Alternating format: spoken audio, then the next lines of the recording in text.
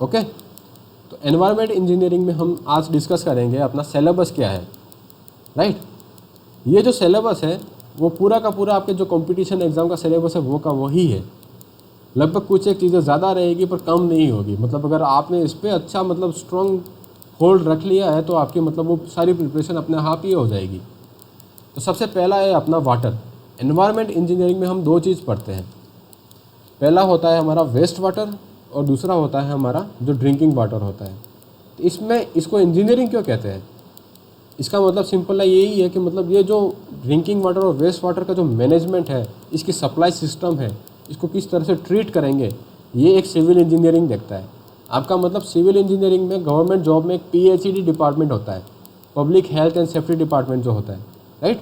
Public health and engineering department PHED जिसे कहते हैं, कोई इसको वाटर वर्क्स डिपार्टमेंट कहता है। तो उसका पर्पज़ ही ये होता है कि वो मतलब ड्रिंकिंग वाटर और सीवेज वाटर जो होता है, वेस्ट वाटर होता है, उसका मैनेजमेंट करे, उसकी सप्लाई को मतलब कंट्रोल करे। कहीं पाइपलाइन बिछानी है तो उसको बिछाए, डिस्ट्रीब्यूशन सिस्टम कहीं लगवाना है तो लगवाए, राइट, और उसका मेंटेनेंस चेक करे। ये उस इंजीनियरिंग का काम होता है। तो उसका मेनली जो मतलब होता है पर्पस, वो हम यहाँ पे पढ़ेंगे। एनवायरनमेंट इंजीनियरिंग का तीसरा पार्ट होता है अपना पोल्यूशन, जिसमें एयर पोल्यूशन आ जाता है, नॉइज़ पोल्यूशन आ जाता है, वाटर पोल्यूशन तो हम डिस्कस करते ही है। तो इस एयर और नॉइज़ पोल्यूशन जो होता है उसके बारे में आप एक सिंपल सा सब टॉपिक है, उसके बारे में डिस्कस करेंगे। फिर उसमें एक अगला चीज़ आता है कि जो वेस्ट वाटर होता है उसका मैनेजमेंट आपको आना चाहिए। जैसे सॉलिड वेस्ट हो गया, राइट, लिक्विड वेस्ट होता है, तो उसका मैनेजमेंट मतलब उसको तुम कहाँ डिस्पोज करोगे। डिस्पोज करने के लिए जगह कौन सी होती है? तो समंदर रहता है, ज़मीन रहती है, या फिर उसको आप जला दो, राइट। तो उसके जो डिस्पोजल होता है कि किस टाइप का वेस्ट है, उसको कहाँ डिस्पोज करना है, उसके बारे में आपको स्टडी करनी है। तो यही एक तरह से खाका है आपका एनवायरनमेंट इंजीनियरिंग का। मतलब आपको उसमें जो वेस्ट है, सबसे पहले तो एनवायरनमेंट के सोर्सेज कौन कौन से हैं? वाटर है, एयर है और साउंड है। साउंड की मतलब आपके साउंड का जो नॉइज़ पोल्यूशन होता है उसका मतलब एक आधे घंटे का टॉपिक है, उसको डिस्कस करना है कि आपकी साउंड की इंटेंसिटी कितनी होनी चाहिए, इससे आसपास के लोग परेशान ना हो, जानवर परेशान ना हो। उसकी इक्विवेलेंट साउंड निकालने के 4-5 फार्मूले, उसमें ज़्यादा कुछ नहीं है। तो मेनली आपको एयर और वाटर से आपके जो पोल्यूशन हो सकता है। और सबसे पहले तो वाटर का आपको क्या ड्रिंकिंग करनी होती है, तो पानी ड्रिंक करने के लिए सबसे पहले आपको उसके सोर्सेज पता होना चाहिए कि वाटर के सोर्सेज कौन कौन से हो सकते हैं। तो सोर्सेज में आपके ग्राउंड वाटर भी हो सकते हैं और सरफेस वाटर भी हो सकते हैं। सरफेस वाटर में जैसे तालाब हो गया, लेक हो गया, रिवर हो गया, तो उस सोर्स से आप पानी अपनी जो लोकेलिटी है वहाँ तक लाते हो। दूसरा हो गया अपना अंडरग्राउंड सोर्सेज, जैसे उसमें ट्यूबवेल हो गया, राइट, इनफिल्ट्रेशन गैलरीज हो गई। तो ये हमारे अंडरग्राउंड सोर्सेज हो गए। तो उन दोनों सोर्सेज से हम क्या करते हैं, एक डिस्ट्रीब्यूशन सिस्टम बनाते हैं। डिस्ट्रीब्यूशन सिस्टम मतलब पाइपलाइन सेट करते हैं। इस पाइपलाइन सेट्स करने के बाद हम क्या करते हैं कि उस सारे पानी को जो अपना रिक्वायरमेंट है उसको हम ट्रीटमेंट प्लांट में ले आते हैं। फिर देखते हैं कि हमारा जो सोर्स है उसके अंदर इम्प्योरिटीज़ कैसी है। जैसे हमारा जो रिवर वाटर होता है उसमें क्या होता है कि वो रिवर फ्लो करती है, तो उसके अंदर क्या कि मतलब सोल्यूबल पार्टिकल्स ज़्यादा रहते हैं, सेडिमेंटेड पार्टिकल्स ज़्यादा रहते हैं। लेक जो होती है उसमें क्या होता है कि वो मतलब एक स्टेबल वाटर होता है, वो मूव नहीं करता है। तो उसमें जो सेडिमेंट्स होते हैं वो तो सारे के सारे क्या होते हैं, ज़मीन में नीचे सेटल डाउन हो जाते हैं, पर उसमें बैक्टीरियल क्वांटिटी ज़्यादा रहती है। तो किस तरह की इम्प्योरिटीज़ होती है उस हिसाब से हमें क्या करना होता है कि ट्रीटमेंट प्लांट में उस वाटर को ट्रीट करना होता है, राइट।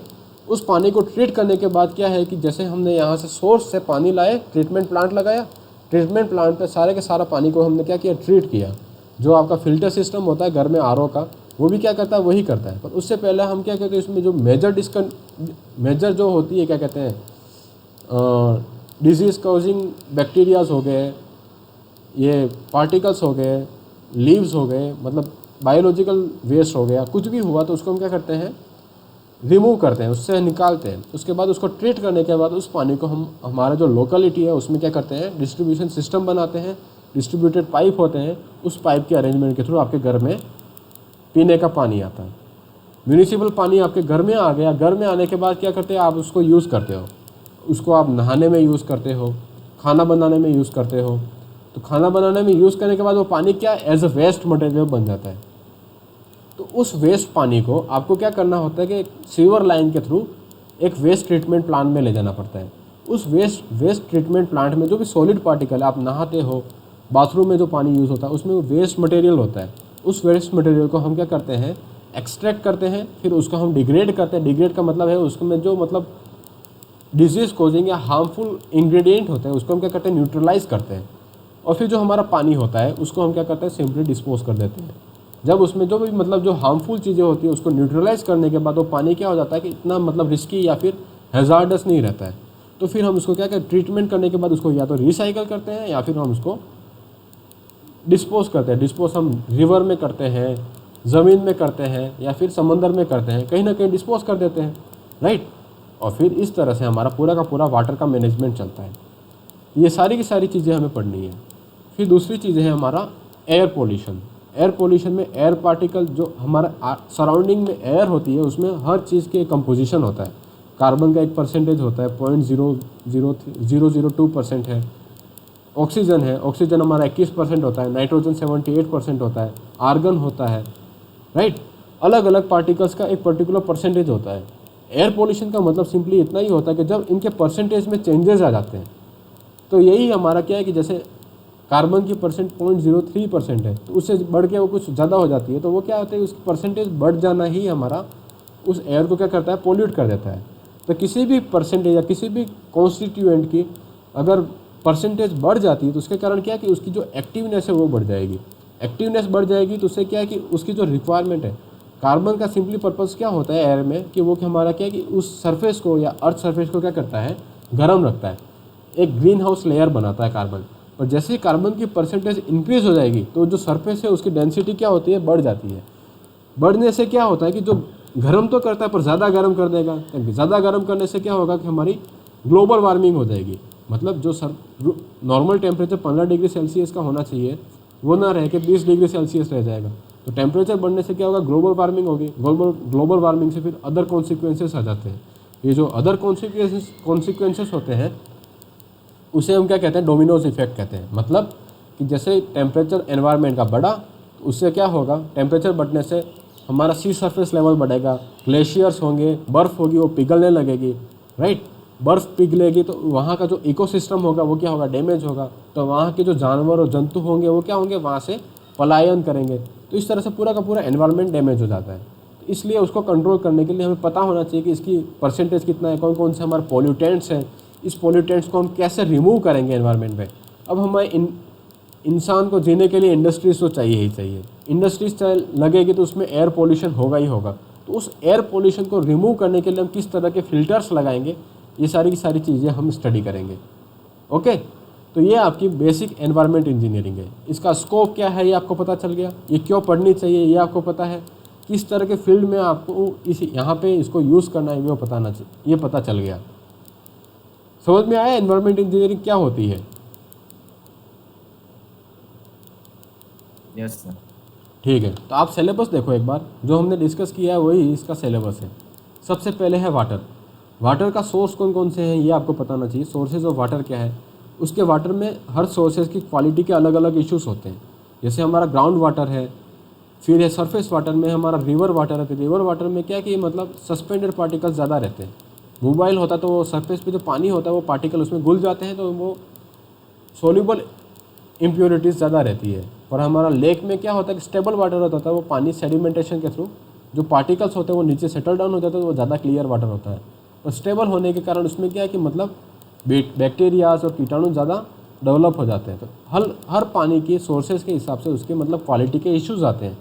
उस क्वालिटी के इश्यूज़ को हमें समझना है, कौन कौन से इश्यूज़ होते हैं, किस तरह की उसमें इम्प्योरिटीज़ होती है, राइट। फिर वाटर की क्वालिटी हमें कैसी चाहिए, रिक्वायरमेंट क्या है वो हम समझेंगे।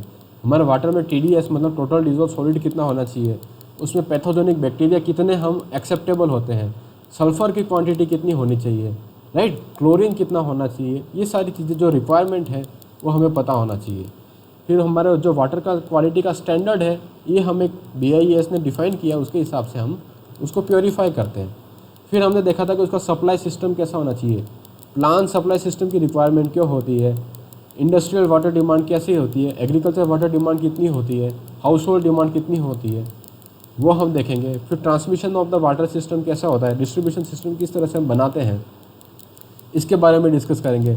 फिर हमारे जो डिस्ट्रीब्यूशन सिस्टम होता है उसमें अलग अलग जगह पे हम क्या लगाते हैं, वॉल्स लगाते हैं, राइट। प्रेशर रिलीफ वॉल हो गया, स्कोर वॉल हो गया, राइट। उन वॉल्स की हम स्टडी करेंगे, किस तरह की इसका मैकेनिज्म होता है, उसका पर्पस क्या होता है, सर्विस रिजर्वायर क्या होता है, उसकी डिज़ाइन क्या होती है, इसके बारे में डिस्कस करेंगे। देन आफ्टर वाटर हमारा क्या करना होता है, ट्रीट करना होता है। ट्रीटमेंट ऑफ वाटर में अलग अलग मेथड्स होते हैं उन इम्प्योरिटीज़ को रिमूव करने के लिए, जैसे एरेशन मेथड हो गया, सेडिमेंटेशन हो गया, कोएगुलेशन फोक्यूलेशन हो गया, फिल्ट्रेशन हो गया, डिसइंफेक्शन हो गया, और अदर एडवांस ट्रीटमेंट जैसे कि हमें डीफ्लोरिडेशन करना है, राइट। कार्बन और आयन एक्सचेंज मेथड हो गया, और मेम्ब्रेन फिल्ट्रेशन टेक्निक्स हो गई। तो इस तरह से हमारा जो ड्रिंकिंग वाटर होता है उसके बारे में हम स्टडी करते हैं। तो ये एनवायरनमेंट का फर्स्ट पार्ट हो जाता है हमारा। सेकेंड पार्ट में हम सीवेज, जो पानी हमने यूज़ किया है वो हमारा क्या हो गया, वेस्ट वाटर हो गया। तो वेस्ट वाटर का हम जैसे डोमेस्टिक वेस्ट वाटर हो गया, इंडस्ट्रियल वेस्ट वाटर हो गया, उसको हम ले जाने के लिए सीवर लाइंस जो होती है, पंपिंग सिस्टम होता है, सीवरेज सिस्टम होता है, सीवर में लगने वाले मेन होल्स होते हैं, पाइप्स होते हैं, राइट। तो उन सारी चीज़ों की डिज़ाइन करेंगे, उसके लिए कितना पानी उसमें आता है उसकी हम क्वांटिफिकेशन करेंगे, राइट। ये सारी चीज़ें करेंगे। तो डोमेस्टिक और स्ट्रॉम वाटर मतलब बारिश का जो पानी होता है वो भी सीवेज में जाता है। तो उसके लिए कितनी क्वांटिटी है, तो क्वांटिटी ऑफ सीवरेज में फ्लो कितना है, क्यूब के वेरिएशन कितना है, इसमें थोड़ी आपकी फ्लूइड मैकेनिक्स भी आ जाती है। कन्वेंस ऑफ द सीवेज है, sewer shape of design of pipes की डिज़ाइन करनी है, उसका ऑपरेशन किस तरह से करते हैं, सीवेज का मेंटेनेंस कैसे करते हैं, सीवेज में पंपिंग करनी हो, मतलब आपकी जो मतलब सीवेज लाइन है वो एक यहाँ पे और आपके ग्राउंड कहीं हायर है, तो यहाँ से आपको इस मटेरियल को यहाँ पे पंप करके दूसरी लाइन में ट्रांसफ़र करना होता है। सीवेज में पंप सिस्टम जो लगाते हैं तो पंपिंग की पावर कितनी होनी चाहिए ये पता होना, ये हम डिस्कस करेंगे।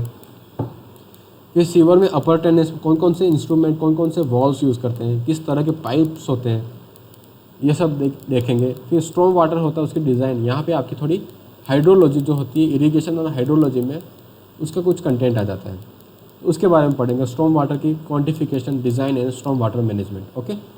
फिर हमारा सीवेज की कैरेक्टरिस्टिक्स क्या होती है। सीवेज एक तरह का क्या है, वेस्ट मटेरियल है, तो उसमें कार्बन कंटेंट कितने हैं, सॉलिड्स कितने हैं, उसकी ऑक्सीजन डिमांड कितनी है, फॉस्फोरस कितना है, उसके स्टैंडर्ड कैसा है, उसको कितना वाटर उसमें मिक्स करें या कितना मतलब ट्रीटमेंट की रिक्वायरमेंट है, ताकि उसको हम क्या कर सकते हैं, न्यूट्रलाइज कर सकते हैं। ये सारी कैरेक्टरिस्टिक्स हम डिस्कस करेंगे, ओके। देन सीवेज और सलेज का पोल्यूशन, और फिर उसका ट्रीटमेंट हम जो करते हैं सीवेज का दो तरह कैसे कर सकते हैं, एक एरोबिक होता है और एक एरोबिक होता है। एरोबिक का मतलब क्या होता है कि हम जो ट्रीटमेंट करते हैं उसमें ऑक्सीजन की प्रेजेंस रहती है। एनएरोबिक ट्रीटमेंट का मतलब होता है कि उसमें ऑक्सीजन क्या रहता है, हमारा एब्सेंट रहता है, ओके। तो इन दोनों ट्रीटमेंट से हम सीवेज वाटर जो होता है हमारा उसको ट्रीट करते हैं। फिर उस ट्रीटमेंट के बाद हम इस सीवेज को किस तरह से रिसाइकल करते हैं। जैसे कोई बायोडिग्रेडेबल सीवेज होता है तो उसमें क्या होता है कि उसका हम कंपोस्ट खाद बना सकते हैं, तो खाद बना के हम उसको रिसाइकल कर सकते हैं। जो पानी हो गया उस पानी को ट्रीट करके हम उसका एग्रीकल्चर यूज़ कर सकते हैं। इस तरह से हम किस सीवेज वाटर को किस तरह से रिसाइकल या रीयूटिलाइज कर सकते हैं ये हम देखेंगे, ओके। ये हमारी सीवेज ट्रीटमेंट की नेक्स्ट यूनिट हो जाएगी। फिर वाटर प्यूरिफाई होने के बाद जो वेस्ट मटेरियल बच जाता है उसको हम डिस्पोज कैसे करते हैं ये देखा जाता है। फिर अगला टॉपिक है छोटा सा हमारा एयर का कंपोजिशन क्या है, उसकी प्रॉपर्टीज़ ऑफ एयर क्या है, क्वांटिफिकेशन ऑफ एयर, मतलब अलग अलग कंपोजिशन में एयर की कौन कौन सी है, ऑक्सीजन कितना है, आयरन कितना है, आर्गन कितना है, नाइट्रोजन कितना है, राइट। ये सारे उसके परसेंटेज कितने हैं। फिर एयर पोल्यूटेंट्स जो होते हैं उसकी मॉनिटरिंग कैसे की जाती है, एयर क्वालिटी के स्टैंडर्ड्स क्या है, control measures for air pollution को हम कैसे कम कर सकते हैं, उसके क्या क्या मेथड्स हैं, किस तरह के हमें चिमनियों में फ़िल्टर्स लगाने हैं, कौन कौन से तरह के फ़िल्टर्स होते हैं, राइट। वो कितने टाइप के पोल्यूटेंट्स को रिमूव कर सकते हैं, इन सब की चीज़ों की हम स्टडी करेंगे। फिर है नॉइज़ पोल्यूशन में हम बेसिक कंसेप्ट नॉइज़ का क्या होता है वो देखेंगे। नॉइज़ पोल्यूशन को हम किस तरह से मेज़र करते हैं और इसे हम किस तरह से कंट्रोल कर सकते हैं। तो ये हमारा टोटल एनवायरनमेंट इंजीनियरिंग का सिलेबस हो गया, ओके। तो इसको हम आने वाली एनवायरनमेंट की जो भी शेड्यूल्ड क्लासेस हैं उसमें एक एक करके सारी चीज़ों को डिस्कस करेंगे। आई होप आपको एनवायरनमेंट इंजीनियरिंग का स्कोप क्या है, सिलेबस क्या है और हम क्या क्या पढ़ने वाले हैं वो समझ में आ गया होगा, राइट। किसी को कोई डाउट इसमें?